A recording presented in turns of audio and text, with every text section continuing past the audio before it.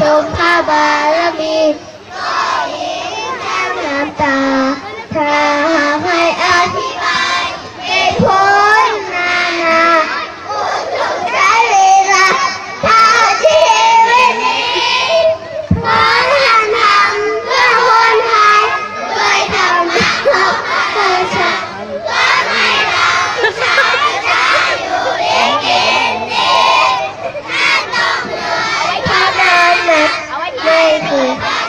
ตรงนี้จะสู้ดีที่แผ่นดินนี้มีประชาผู้ทรง